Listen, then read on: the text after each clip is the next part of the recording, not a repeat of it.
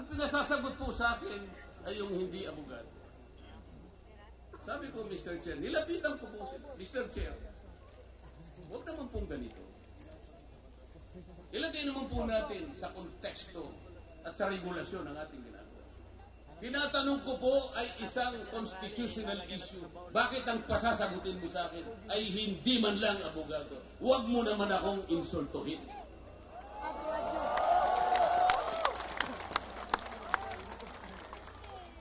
So sa puntong yan, alam po ninyo, pati yung kinakain kong hopya, pinagtripan nila.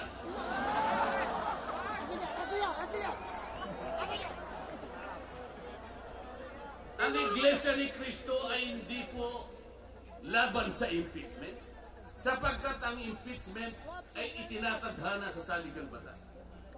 Ngunit, kung ang paraan ng pagsasagawa nito ay wala sa batas at wala sa tuntunin, ito na naman ay pagmumulan ng kaguluhan, pagmumulan naman ng pagkakabahabahagi ng ating bansa.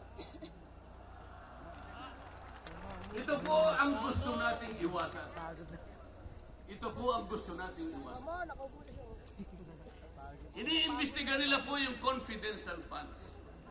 Ang tanong ko po, Mr. Chairman, mahigit pong 400 opisina at ahensya ng ating pamahalaan ang tumatanggap ng confidential funds.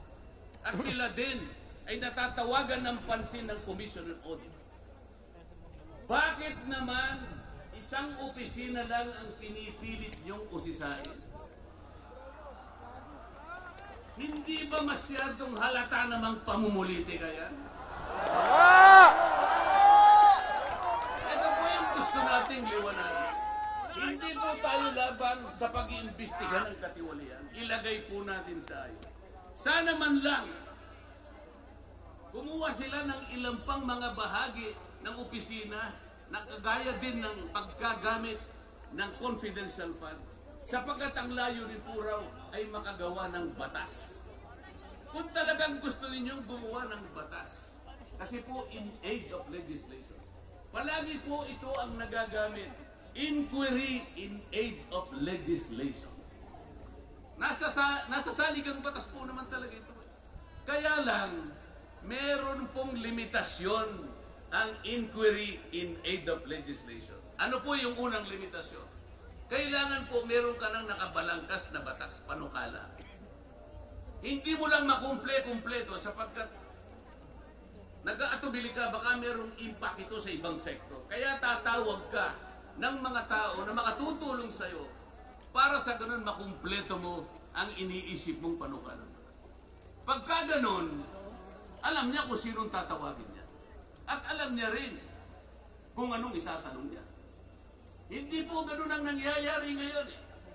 Dahil nga wala na pong rule of law, basta na lang sila tatawag ng kahit sino sapagkat hindi naman po talaga ang layunin ay gumawa ng batas. Kung hindi usigin ang taong gusto nila usigin. Ito po ang nangyayari. Kaya nga po, dahil sa kagustuhan nila, na talagang usigin ng ICC ang Pangulong Duterte. Alam po ninyo? Yun lang ang tanging layunin. Sa 13 pagdinig ng Quadcom, 13, nakapaggawa lang sila ng isang batas na kahit siguro po high school graduate pagtatawanan niya yung kanilang panukalang batas. Bakit po? Yung definition na definition lamang po ng extrajudicial killing. Ay talaga pong matatawa ka. Ayaw ko na pong babain yun. Ibig sabihin, ang layunin talaga ay hindi in aid of legislation, kung hindi in aid of prosecution, in aid of persecution.